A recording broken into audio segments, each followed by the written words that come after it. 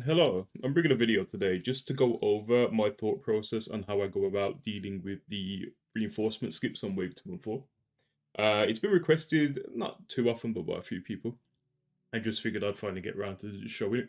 It's going to be just clips that I've recorded of Wave 2 and 4, and I'm just going to be talking over them, explaining my thought process, of what I'm doing at the time, and hopefully it can give some insight for you guys and hopefully help you guys get better at those skips and make your runs a little bit more consistent as well. This will be aimed towards players that already know what they're doing in the Colosseum. They have max gear because you're going to need max gear to make it consistent, and that are just wanting to improve their runs overall because getting the skips on those waves greatly increases the speed at which you complete the runs. So yeah, hopefully you guys enjoy. Okay, so we've got the first wave 2 here. I'm just going to play the clip and I'm going to explain what I'm doing as the clip plays.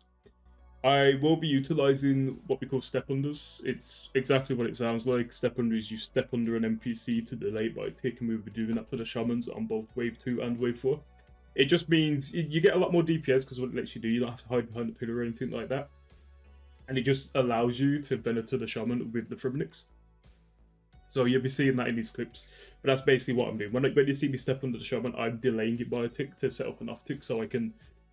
It's basically playing very aggressive, but it also increases your DPS and would increase your odds a lot for getting the skip. Okay, so I'll play the first clip here. And we'll go into the wave. And at the start of every wave, you do the same thing. You shadow the berserker straight away.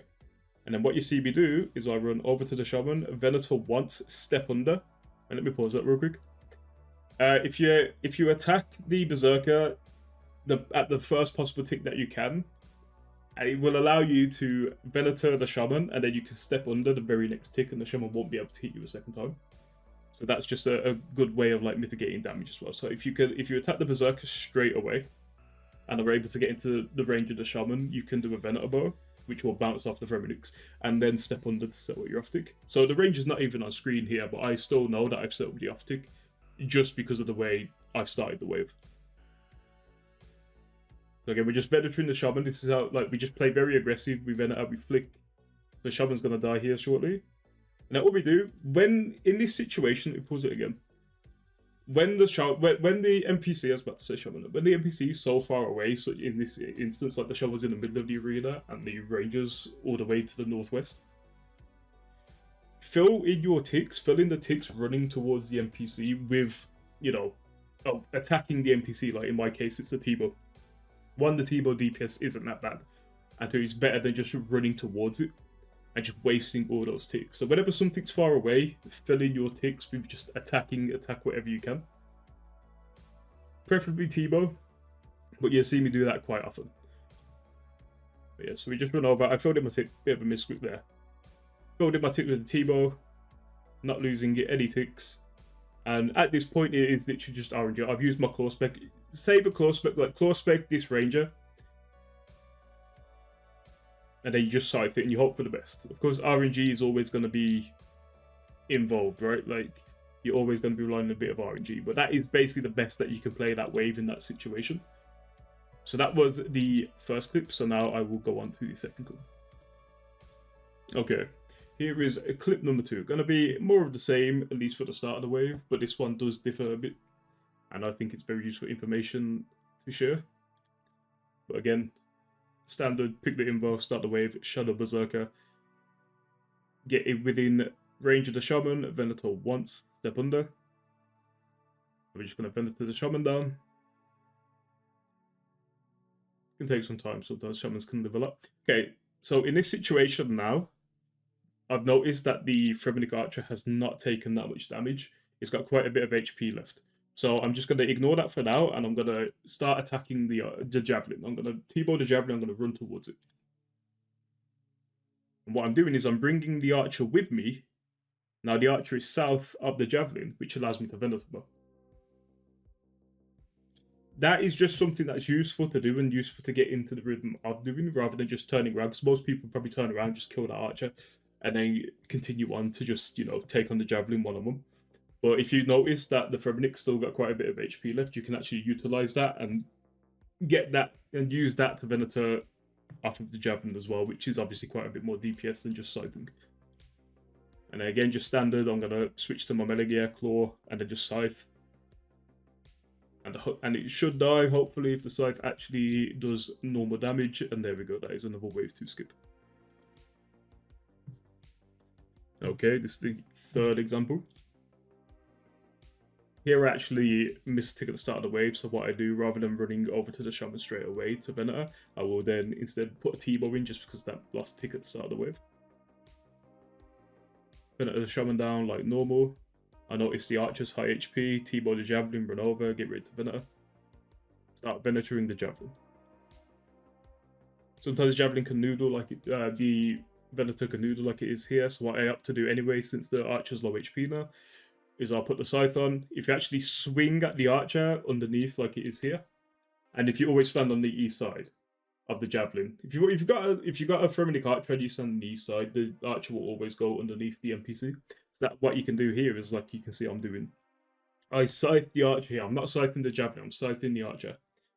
And that will put one hit on the archer, and the other two will go on the javelin, like you saw. If I'd hit a bit bigger, I would have killed the javelin. But that is what you can do, because it's not really worth it to Venator if the archer's low HP, because it just, you know, you only get one Venator hit off, then you have to switch your whole gear and things like that. So if the archer is lower HP, I do think it's better to swing the scythe out and just get rid of it and hopefully do quite a bit of damage to the javelin. But that wave 2 skip, with the way that it was played, even with the missed tick at the start of the wave, I still got it, and I didn't even have to use a claw spec. So if you're doing really good damage, you can even save a claw spec and save that for either wave 3 or give yourself a double claw on wave 4. Okay, final clip now. Well, final wave 2 clip, not final clip of the video. Just say it play out. Start of the wave is always the same.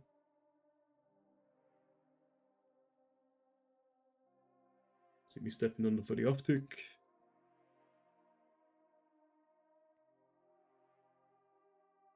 I think I'll make a mistake here. Yeah, there's the mistake. Okay. In this situation, I don't know why I've chosen to put the T-bow on to kill the seer. Definitely don't do that. Always Venator, especially when it's got HP that your Venator can hit. Like, it's 24 HP, my Venator will kill that. Like, I genuinely have no idea why I decided to T-bow that. That's a mistake. Just continue Venatoring. But we'll let it play on. So what I'm going to do, I'm going to drag the archer underneath the javelin, scythe it, hit little, but it is what it is. Floor, and then just let the scythe do its thing.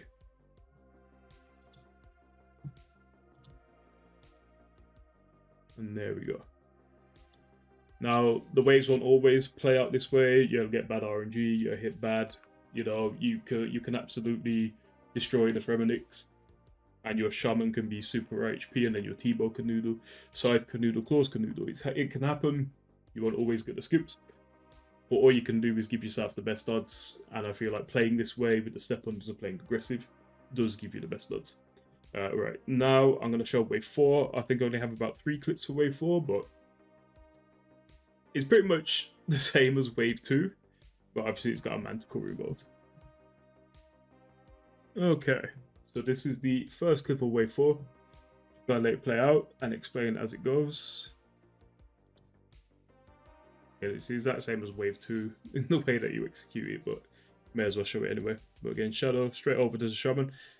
Okay, there is a difference that you need to understand for this though. So when there's a manticore involved, as you can see, this one is starting with range. When it starts with range, you need to do a step under off tick. If it starts with mage, you don't have to. Only when it starts with range, we need to do a step under off tick. So I see it starts with range, a step under, off ticked. I see that the archer's still alive. I'm not just going to turn around and quickly bop it. I'm going to drag it over. Lucky that only hit a 2 on the manticore. Again, scythe, claw, and just hope your scythe hits big. That is all it is. Don't lose ticks, have the right gear on, hope you hit big. Alright, this is the second clip of wave 4. Again, start the wave the exact same. Start Venatoring. I see the manticore as a mage, so no need to step under. I see the archer's quite high HP here as well. So I'm going to run over, And I'm going to start venaturing off the Manticore onto the Archer. Maybe should have dragged the Archer under to scythe it here since it's low HP, but it kind of paid off. I've got double claw spec this wave, so this definitely helped. I think I would have got that even if I didn't have the double claw spec anyway, because I was hitting big. But yeah, you can see how double claw spec can increase your odds even more if you get really big damage on wave 2. And here we have the final clip. I'm just going to let it play. I think this one cuts it kind of close. Again, start of the wave, always the exact same. What's the Manticore? See, it's mage, no need to step under. So you see the Fremenix died very quickly there, and now I'm forced into T-bowing the Shaman. This is where it can get bad. I don't even think this T-bow kills it, I think my Thrall kills it here. Yeah, so it survived, but the Thrall MVP. And then my T-bow hits a 0 on the Manticore, bad side swing, awful claw spec. So now I am literally just hoping my scythe does damage. It's doing damage. It's hitting. It's hitting big. And then there, I'm pausing it here because I've killed it at 37.8 up on the timer here. Is that correct? 37.8. Let me go back a bit. Yeah, 37.8. So the latest time that you have to kill a Manticore, like a Manticore has to be dying at 38.4 in order to skip the reinforcement spawn with overkill. Overkill, basically, if you kill it with like a scythe or claw, anything that multiple hit splats will cause an overkill. Basically, just means the NPC dies a tick faster. So this one here, I had another tick to spare, basically, but it cut it quite close. But even then, that looked like it wasn't going to be a skip, but then the scythe just turned it around, and it ended up being a skip. So even if the start of the wave looks a bit, looks a bit bad, that you're not going to get it, it can always turn itself around with some good RNG. And that's all it is. It is literally just play as well as you can, follow the strats that I've showed in these clips, and just hope your weapons hit big, basically. And that is literally all there is to it. Okay, and those were all the clips that I have to show today. A couple of extra notes: upkeep, death charge, and thralls. Pretty self-explanatory. And then Yama's coming out fairly soon, and this might change a lot. I'm not sure. Wave 3 might even become consistent. But with the changes that come from Yama, with the double death charge and the armor and stuff like that, I will update this guide. I just make another video showing off the power creep and how to effectively, basically use the power creep effectively to make your runs as fast as possible. So got that to look forward to as well. But yeah, thanks for watching, guys. Hopefully you guys learned a thing or two. If you have any questions, comment below. I'll try my best to answer all of them. And take care. Thank you for watching.